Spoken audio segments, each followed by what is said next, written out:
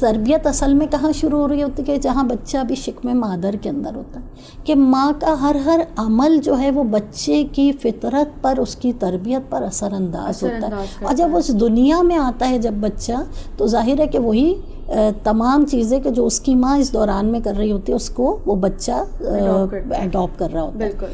تو لہٰذا تربیت کا فقدان جو ہے یہ عبادت سے ہٹاتا ہے. دیکھیں اگر گھر کا ماحول ہم ایسا بنائیں، کیونکہ ہمارے گھروں میں ایسا ماحول نہیں، ہم اپنے گھروں میں ایسا کیوں نہ کریں کہ ہمارے گھروں میں جب ہم ایک ڈرائنگ روم بناتے ہیں، ہم ایک لاؤنج بناتے ہیں، ہم ایک بیڈ روم بناتے ہیں، تو کیوں نہ کریں کہ ایک نماز کے لیے ایک کمرہ مخصوص کریں، قرآن کی تلاوت کے لیے ایک ٹھکانہ ہم مخصوص کریں. تو جب ایک گھر میں ہم ایک اٹریکٹیو سا ایک کارنر بنائیں گے کہ جہاں ہم بتائیں گے کہ یہاں پر عبادت کی جاتی ہے، یہاں پہ دعا پڑھی جاتی ہے، تو ظاہر ہے وہ بچے کے لیے بھی پھر اٹریکشن ہوگی. بچہ بچپن سے دیکھے گا. دیکھیں بچہ وہی کرتا ہے کہ جو والدین کو کرتے ہوئے دیکھ رہا ہوتا ہے. اگر والدین اس کے عبادت گزار ہوتے ہیں تو بچہ بھی عبادت گزار بنتا ہے. اگر اس کے والدین خدا نہ خواستہ دنیا دار ہوتے ہیں تو بچہ بھی دنیا دار بنتا ہے.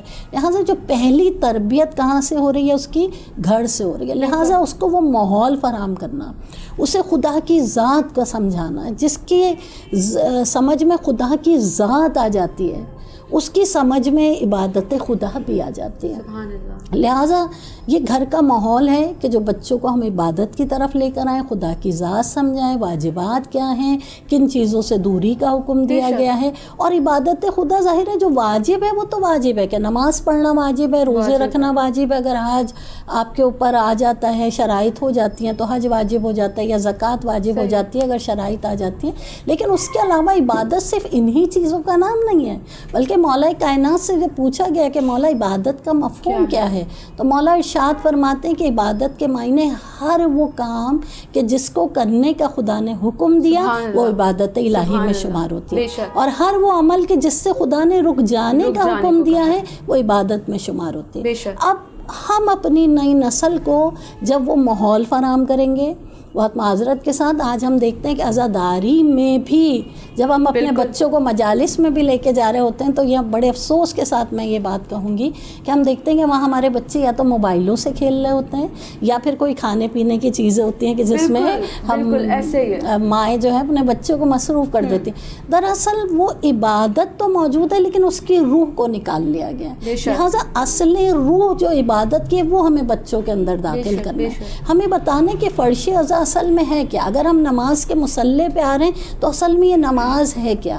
یہ کس طرح خدا کے قریب کرتی ہے. ہم جب بچوں کے دل میں خدا کی محبت کو پیدا کریں گے، ہم جب اپنی نسل کے دل میں خدا کی عظمت و بڑائی کو بیان کریں گے تو آپ دیکھیں خود بخود بچے جو ہیں عبادت کی طرف آئیں گے. خود بخود جب محبت خدا پیدا ہوگی، خدا سے جتنی محبت بڑھے گی اتنی انشاءاللہ کہ عبادت بھی بڑھے گی. تو اس کے لیے بہت زیادہ تربیت کی ضرورت ہے. وہ ظاہر ہے کہ گھر سے شروع ہوتی ہے تربیت. اس کے بعد جہاں آپ کا بچہ جا رہا ہے، چاہے وہ اسکول جا رہا ہے چاہے وہ مدرسے جا رہا ہے، وہاں کا ماحول بھی بہت امپورٹنٹ ہوتا ہے اس سلسلے میں. ہوتے ہیں جو کچھ ایسے بھی ہوتے ہیں جو اسکول مدرسے پہ بس بچوں کو چھوڑ دیتے ہیں کہ ہم نے یہیں سے سب کچھ کروانا ہے اور خود توجہ نہیں دیتے. ایسا نہیں ہوتا کہ جس طرح میں نے آپ کے سامنے بیان کیا کہ جو پہلا تربیت گاہ ہے وہ ماں کی آغوش ہے، پھر گھر کا ماحول ہے، اور پھر وہ عمل ہے. دیکھیں بچہ وہی کرے گا جو والدین کو کرتے ہوئے دیکھا.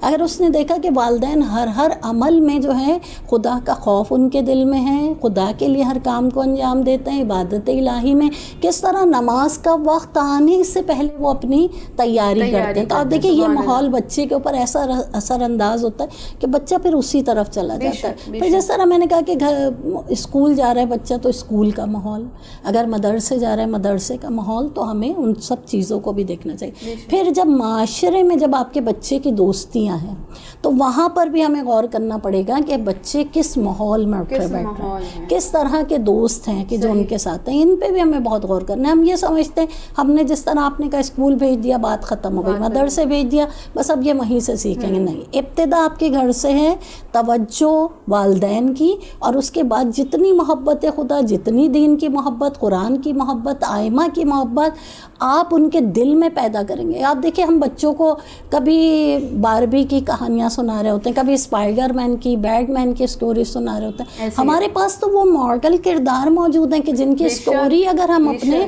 بچوں کو سنائیں تو بہترین ان کے ذہن پر بھی اثر کرے گی, اور انشاءاللہ کہ خدا کی مدد سے جو ہیں ہم اس چیز میں کامیاب ہو جائیں گے کہ ہمارے بچے جو ہیں وہ انشاءاللہ کہ عبادت کی طرف آئیں.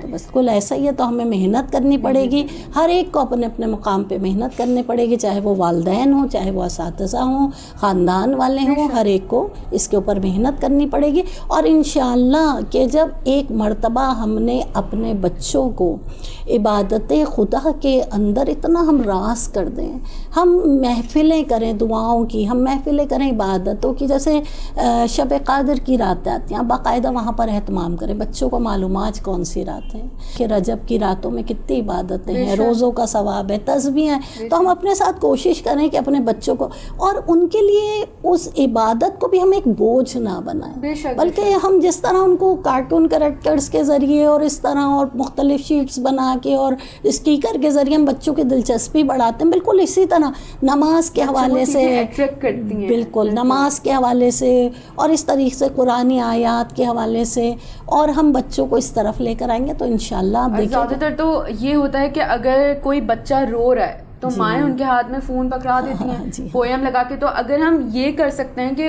اس پویم کی جگہ ہم دعائے امام زمانہ یا ہم یوٹیوب پہ کوئی ایسے پروگرامز ڈال دیں کہ بچے ان پروگرامز سے اٹریکٹ ہوں, تو یہ بھی ایک رول کردار ادا کر سکتا ہے. بالکل بالکل ایسا ہی ہے, بالکل ایسا ہی ہے.